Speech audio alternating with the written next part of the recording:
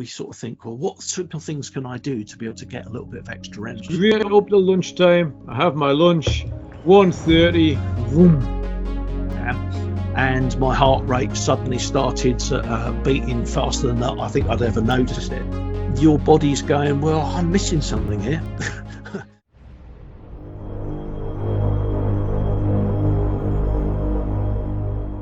Welcome viewers. Tonight we've got my good friend Geoff Rolls, and he's going to talk about people having the energy to do all the tasks they've got to do.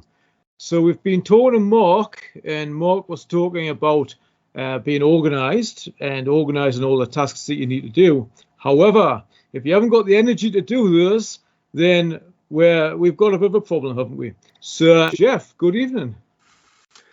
Hey Adrian, really good to see you. Thanks for inviting me. So for the people who've never met you, would you be just good enough to give with a little rundown of what your expertise is, please?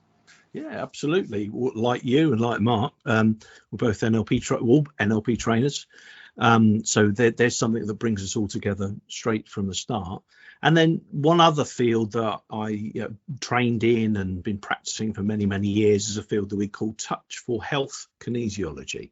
And this is a particular discipline that looks at using something we call muscle monitoring and using muscles in the body to monitor how much and how well that particular person's body is able to use energy, how stress affects the body in a particular way, and then what it is that we can do to seek to improve it by interacting with that particular person's body. Okay, brilliant. I had a very interesting conversation with you once in London, maybe about 7 years ago, and maybe we'll tell the viewers about that later. Just how I thought kinesiology, well, it was okay, but I wasn't convinced until we had that conversation, and then I made a couple of changes, and lots of things happened. So we might come to that later on. So the first thing I want you to do is just give us an overview about like how we process energy and how it is that sometimes we wake up in the morning and we can't be bothered to do anything. So go for it. Right. So this is, I suppose, really basic stuff. It's really easy to almost like not consider. So just for a few moments, you can maybe just think about these things that hopefully we're going along and doing.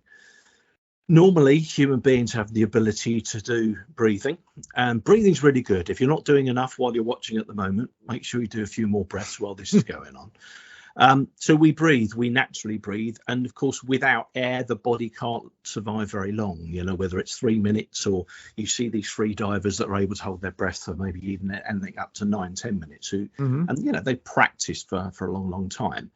Being hypoxic, lacking oxygen within the bloodstream, particularly in the brain, isn't good for the brain. So we breathe naturally. We also need to be hydrated. So our body, depending upon who you read, and I'm not going to get into any particular disagreement about how that is, but the body seems to be about 63% water. And out of that, of course, we've got many, many organs, we've got blood vessels, we've got endocrine systems. But one particular organ, it needs even more hydration than anything else, and that's our brain. And it's believed, neuroscientists seem to believe that our brains are about 80% water. So straight away, we've got a little bit of a theme, and I'm sure we'll come back to it, that we need to ensure that we have enough hydration in the body to ensure the body is using its fuel of choice. Yeah, so two big things, like oxygen, obviously, and water. That's the first. Yeah. That's the first place to start. Okay, cool. Yeah, absolutely right. The other thing then to consider is our nutrition. So how we derive power from what it is that we go along and consume. Now, typically around the world, whether we are vegan, vegetarian, meat eaters, our diets are hopefully reasonably varied in terms of what it is we consume. Now, many years ago, my background many years ago was in the food industry. And when I started in the food industry 40 years ago, even the range of foods that we had available in the shops was much more limited than it was today. And that was because of logistics, probably the one thing, the costs involved in all of it. And actually, to some extent, the fact that we'd not even investigated and found out whether we could grow these different kinds of crops around the world. Mm-hmm. The foods that we eat then normally are what things that we're drawn towards going along and, enjoying. But of course, the way the body processes nutrition is through your digestive tract. So digestion begins actually in your brain, which is why if you think, for those of you who are watching, why you enjoy a delicious chocolate cake so much, that it makes your mouth just begin to water, that release of saliva from the parotid glands just inside the mouth has begun that process of digestion already. And through natural movement through the digestive tract, through the esophagus, the stomach, the small and large intestine, with various little connections to other glands and organs that make a difference, our digestive tract effectively is the vessel that carries what it is that starts in the mind that we then begin to consume and we chew over. And then an incredible process happens within the digestive tract where the food that you eat on a daily basis is then turned into power. The way it's turned into power is through the movement of the food in the gut, particularly in the small intestine, where the being digested food is moved backwards and forwards, and the value in that food for that particular person is absorbed into the lining of the small intestine. And the small intestine lining is massive. Our small intestine is 6-7 meters long. I don't even know what that is in old money, Adrian. You can probably translate it, maybe 21, 24 feet. But when it's actually unraveled, on the inside of the small intestines, we have these tiny little finger-like structures called villi, and that increases the surface area of the small intestine. And the absorption process is where we derive power. Now, a few years ago, there was a book came out, certainly in the UK, it might have been out around the rest of the world, about You Are What You Eat. But certainly over here. Gillian McKeith. Gillian McKeith. Yeah. And if you like, there's a lot of good intention behind all of that. And being pedantic as I am, and I know you are, Adrian. What, me? We would pedantic? say Never. Just a little bit. I might just take a tiny bit of issue with that and sort of say, well, yeah, we are what we eat, but even more importantly, we are what we absorb.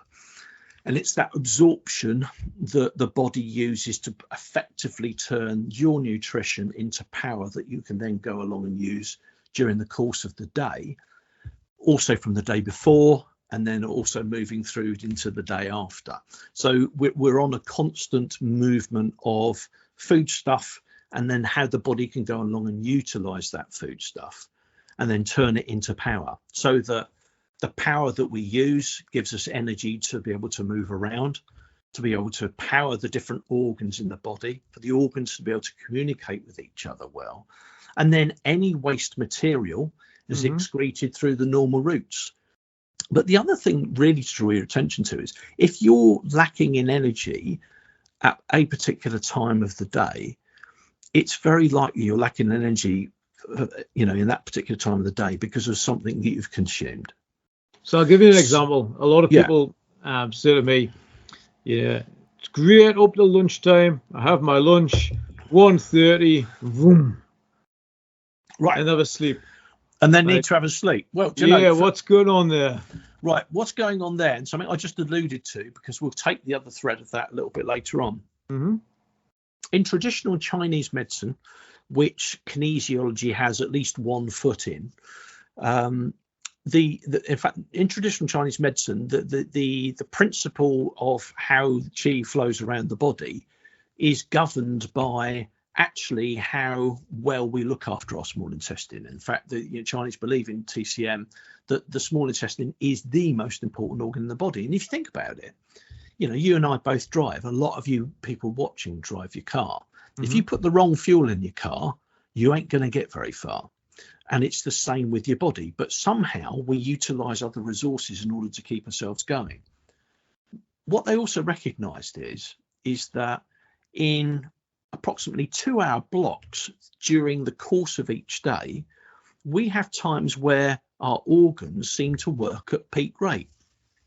The Chinese said that with our main organs, we have what we call yin organs and yang organs. Yin organs, female energy, and for the females watching, you'll be delighted by this. Females working all the time, and of course you'll know that. Yang organs are the male organs, and those are the ones where they empty and they fill, so they rest but then they work, so they work and then they rest.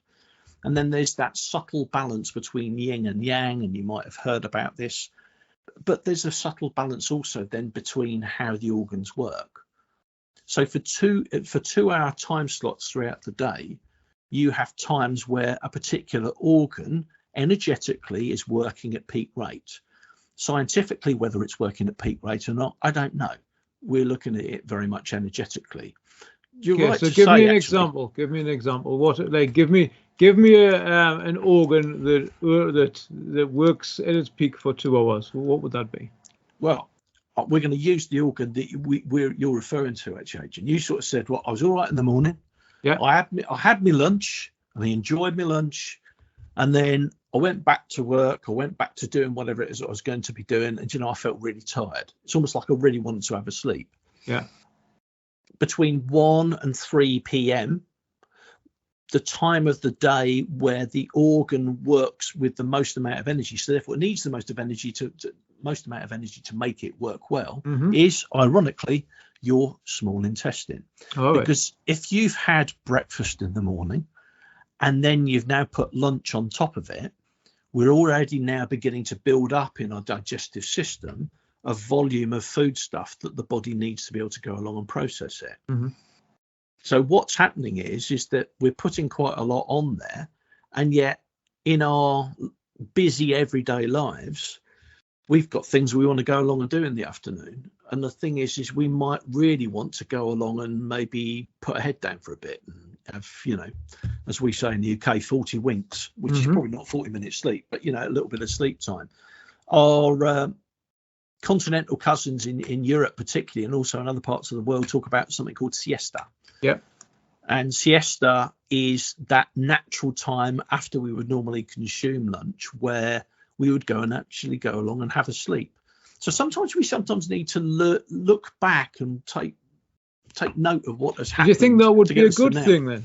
Yeah. Like to go to sleep in the afternoon?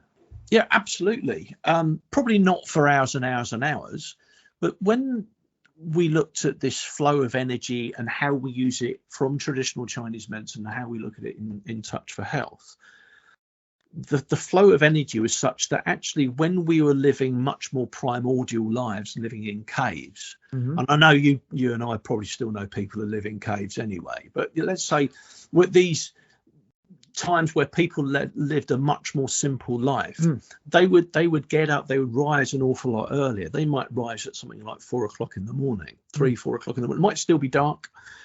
They would go and hunt. They would go and hunt and begin to find some foodstuffs that they're going to be able to use over the course of the day. They would get back with whatever their quarry was for the day and prepare their food. That would be their breakfast.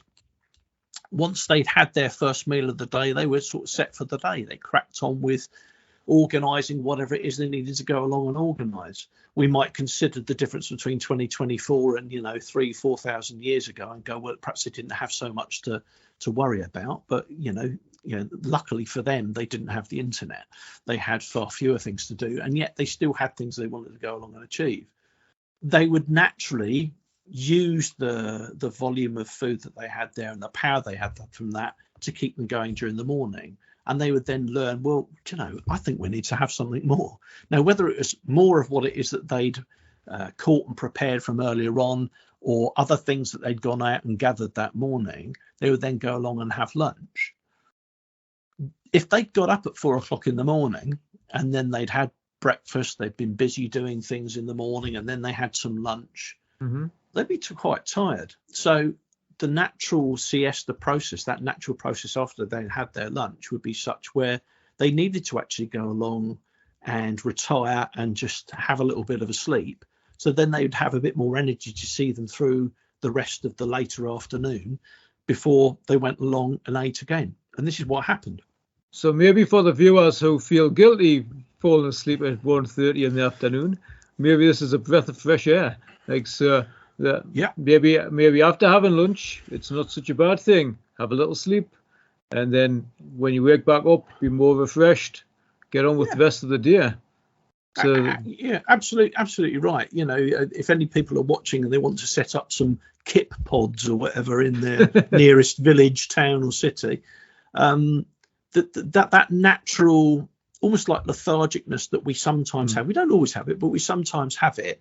It's a natural response from your body to be able to say, do you know what? You are tired. And should you choose, you might benefit from actually having some good quality rest. And good quality rest would mean that the body carries on working. We may close our eyes, go inside and go into, like we recognise, actually also very deeply altered states, somnambulism, sleep. We would breathe fewer breaths, but that natural bringing of oxygen and an exhalation of carbon dioxide would actually just give us a little bit of extra rest to give us some more power, but also allow that food that's already worked its way down into our small intestine to be processed, so we've got power to keep us going for the rest of the afternoon, so that before we eat again, maybe at some stage, maybe sort of 5, 6, 7, 8 o'clock in the evening, typically we would then have the energy to either have gathered more food or still have some in our store, so that we then have that final meal of the day, but have enough energy to go along and do that, but get the benefit of that at the right time of the day, so that we still had a little bit of time after our evening meal for our food to go down, metaphorically and quite literally, to do any other particular activities we would like to go along and do, but then also that we actually go to bed at a decent sort of time. And that could be normally any sort of time between sort of like 9 and 11, you know, very, very latest 12, but normally 9 till 11 is what would have happened. So even if we went to bed at 9 and we got up at, you know, maybe 3, 4 o'clock in the morning, we might have only had 6, 7 hours. When, you know, I know that if I have a good 8 hours sleep, even now, I feel really quite good for the rest of the day. But that ability to naturally rest is a good one. And so we're working with natural cycles, really. That's what working with natural cycles. And actually, the other thing to bear in mind when we talk about natural cycles, again, we're talking to you, whoever's watching, from 50 to 53 degrees north in the northern hemisphere. We've been through, or we're going through winter, and it's cold, or it's colder. It's probably colder where you are, Adrian, than it is down here. But so far, we haven't, you know, where I live quite close to London, we haven't had a very cold winter. But one thing that we do recognise is that the amount of daylight that we have during the day at this time of the year isn't as much as we would have in the middle of our summer, which would be June time. So light levels also affect what it is that we're able to go along and do. And maybe again, for those people watching, if you've been through a conventional Northern Hemisphere winter, but for those watching the Southern Hemisphere, one of your winters too, sometimes getting up in the morning and it's dark, you going and doing your work, having your lunch, whether you happen to get to sleep after lunch or not, and then coming back again, and then coming back home in the dark, your body's going, well, I'm missing something here. Very much so. I'm missing life, but that lack of light affects our energy levels. So of course we also maybe lean on food in a slightly different way when we don't have the different light levels, because our bodies need that natural light in order that, you know, we can trigger off a number of different responses quite apart from digestion itself. You know, you mentioned earlier about vitamins and minerals. We'll talk about that in another session. But the thing is recognizing that those changes of light makes a little bit of a difference. And yeah, the times of the day that these are going on. And the funny thing is all of them, if you like, are interwoven. And yet, more often than not, we sort of think, well, what simple things can I do to be able to get a little bit of extra energy? And, you know, I remember a number of years back doing some work within a Formula One racing team. And let's say that they were involved in energy drinks as well. I think you can work out who that was. Yeah. The one and only time I chose, because they said, please take one if you'd like to have one. And I'd had a busy day, and I drove back home from a meeting there back to, but not back home. I was actually having a meeting in the school where I was involved at the time. And I thought, I'll have one of these energy drinks to give me some extra energy along the way. Got caught up in a traffic jam, and my heart rate suddenly started beating faster than I think I'd ever noticed it. I started sweating profusely, thinking, oh God, I've got to get out of there, and I can't get out of it. And then I've got a meeting to run when I go along and get back. I managed to get there, within 5 minutes of it starting. But recognise that the effect of that energy drink, which, by the way, was a great idea. It was only ever developed to help people who've been doing night shift working, when they then altered their body clock so they could bring themselves back onto the daytime. So this extra amount of caffeine in the drink made a difference to just help people out. It wasn't for somebody to have over and over and over. So the thing is we do use other things to help get us back in there. And what somebody like me might say, or you might say as well, Adrian, is actually how much attention are you paying to what it is you think that you can do differently. And sometimes there's things that we can do for ourselves, or sometimes people come to see somebody like me with my Touch for Health Kineasiology hat on, which is an invisible one that you can just see here, and say, well, what's going on? And whilst I cannot diagnose and I cannot cure, but what I can do, working with clients with muscle monitoring, with Touch for Health Kineasiology, is work out what is stressing their body and what can we do to help the body get energy into the right place at the right time. And what we're saying is breathing. Yeah, that's a good thing to bear in mind. Our hydration, massively, massively important. And of course, our nutrition underpin all of those things. And if we can't address those things first, we're often metaphorically pushing water uphill with a sieve. So we're not really making an awful lot of progress. So it's good to sometimes focus on those real basic things again before we even think about doing some things that are a little bit more complex.